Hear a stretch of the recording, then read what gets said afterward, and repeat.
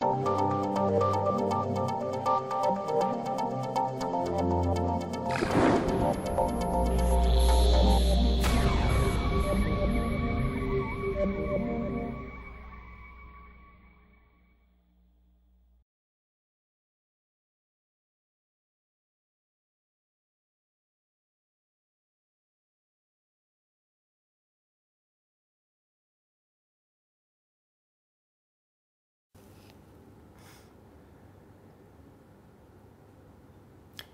learners. Okay, good day everybody. Okay, now in this tutorial 4, okay, we are going to discuss about another 2 topics. Okay, we are going to cover on topic 7 and topic 8. Okay, topic 7 is about politics and social control, and topic 8 will be about the social stratification.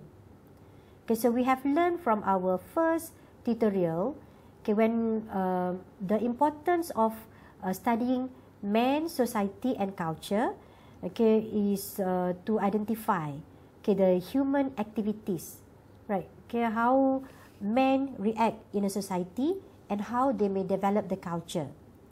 Okay, so when we talk about the relationship between man and society, in order to ensure the peaceful and harmony life within society, there must be a form of social control. Okay, so this is what we are going to discuss in topic 7. Okay, in topic 7, the focus is to study the institutions of politics and leadership. Okay, because as a social being who are living within a social institution, man needs a form of control, okay, in order to regulate his life and to avoid conflicts. Okay, before we go further, let us define what is politic. Okay, what do you have to understand with politic? Okay, so basically, politic is related to a process, okay, by which groups of people make a collective decision. Okay, but it is not all. Politics also consists of social relations involving authority or power. Okay, and this refers to the regulations of public affairs within a political unit and to the methods and tactics used to formulate and apply policy. Okay, so I hope that within these definitions of politics, you may be able to grasp few important terms, right? For example, social relations, okay, authority or power, okay, public affairs, political unit, okay, and also methods and tactics and policy. Okay, so those are the keywords in order to understand what politics is. Okay, look at this picture. Okay, so we can see that usually when people talk about politics, people start to relate with government, with the parliament. Okay, so this is the picture of European Parliament. Okay, and this one, okay, I believe that, okay, living in Malaysia, this scenario is very, very common to all of us near the election, right? Poster war in Malaysia, which is very, very happening. Okay, compared to other countries, okay, they are not as happening like what happened in Malaysia. Okay, poster war in Malaysia is very, very much happening. Okay, so you can see that. So in this topic, by the end of our tutorial, okay, it is expected that you need to be able to describe the different types of political organizations, okay, and then you need to be able to explain what are the informal means of social control and explain the formal means of social control. Okay, so from the definition just now, okay, we have gotten a few terms, right? So among the important one is on the social control. So this is what we are going to learn today. Okay, so the first one, let us go through what are the types of political organization. Okay, and after that, we are going to discuss about the informal means of social control and also the formal means of social control. Okay.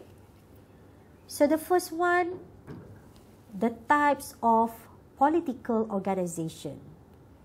Okay, for this tutorial, we are going to discuss the 4 types of political organization, which is the first one, band societies. Okay. Second, tribal societies. The third one, chiefdoms. And then the state systems.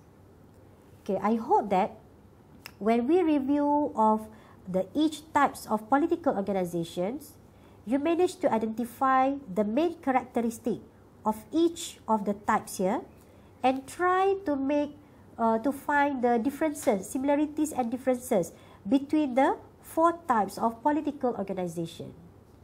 Okay, it is very, very much important for you to clearly understand what are the characteristics of these political organizations. Okay. Okay, the first one, band societies. So band societies are made up of nomadic food collectors. Okay. When we mention about nomadic food collectors, I hope you still remember we learned about the hunters and gatherers societies. Okay, whereby they lead to a nomadic life. Okay, they are not going to stay at one place. Also, the same thing goes to the pastoralist society. Okay, so they also lead to nomadic life. Okay, so those groups are under these societies. Okay, they are under band societies. So the size of any particular band depends on its food gathering methods. Okay, so the more food a band can gather, the more people it can sustain, okay, at any given time. So band societies are highly egalitarian in nature. Okay, meaning that there is hardly any inequality in terms of status and wealth. Okay, all the people just the same status, they do the same thing. Okay, do you understand what is egalitarian? Okay, egalitarian is a trend of thought that favors equality, okay, of some sort, meaning that they are not focusing on social differentiation. Okay. Okay, for example, today there is still society who are under these band societies. Okay, those people are the Jew Honsi of the Kalahari. Okay, and then for this society, because most band members are related to each other by blood or marriage. Okay, so getting along with each other is naturally regarded as highly important. Okay, so meaning that because of this blood relationship, they always respecting each other. Okay, so conflicts are usually settled informally between band members through direct negotiation.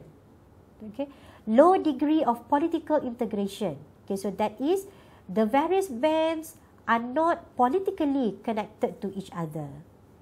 Okay. For this society, it is found that politics are inseparable from other aspects of life. Okay, for example, the family matters, economics, religions, okay, and politics are inextricably embedded as a totality of life, and so are not easily distinguished from one another.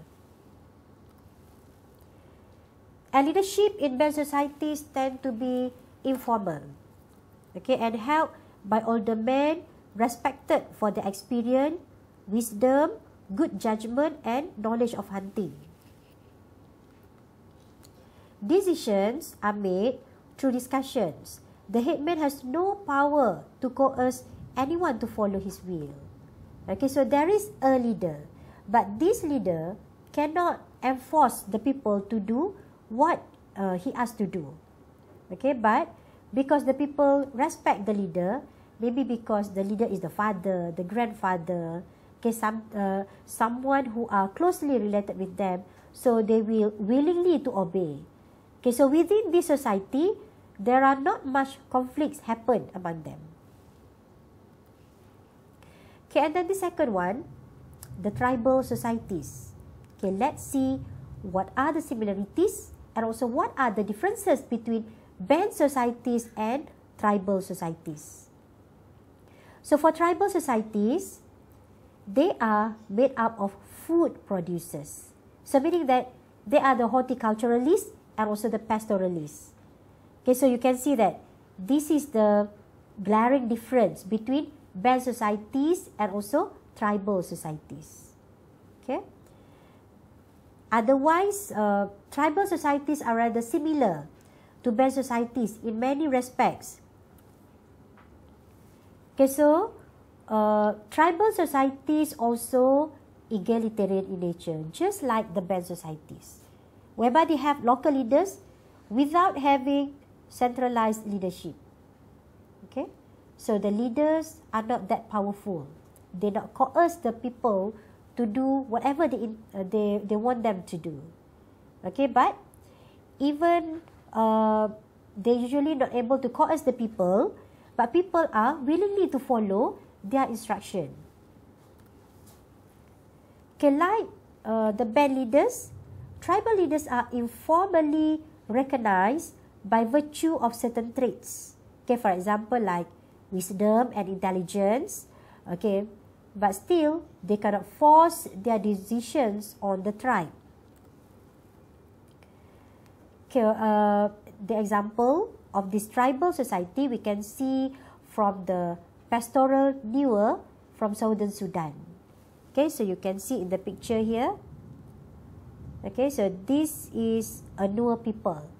The Nuer are a people located primarily in southern Sudan, okay, along the banks of Nile River, okay, as well as parts of Western Ethiopia.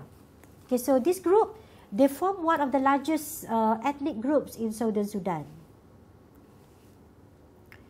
So in these tribal societies, what makes them different from the band societies is the existence of pan-tribal mechanisms, which serve to unite the various parts of the tribe into a larger whole. Okay, so meaning that the group is larger because they have the pan-tribal mechanism. Okay, so these mechanisms, okay, they are varies from clans.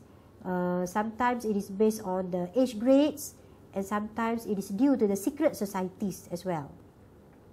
Although these mechanisms are not permanent in nature, but they often prove to be useful, okay, in the event of an external threat. Okay, for example, when war happened between the tribes.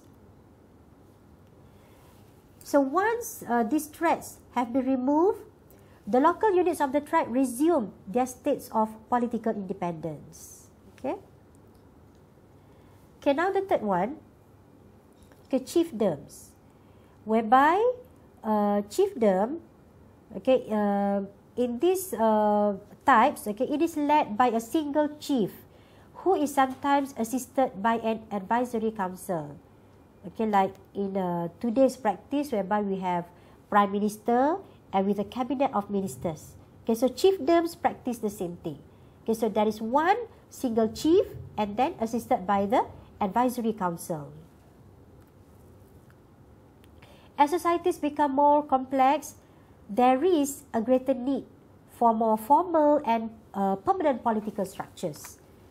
Unlike tribes and bands, social inequalities exist in chiefdoms, okay, in terms of rank and also the status.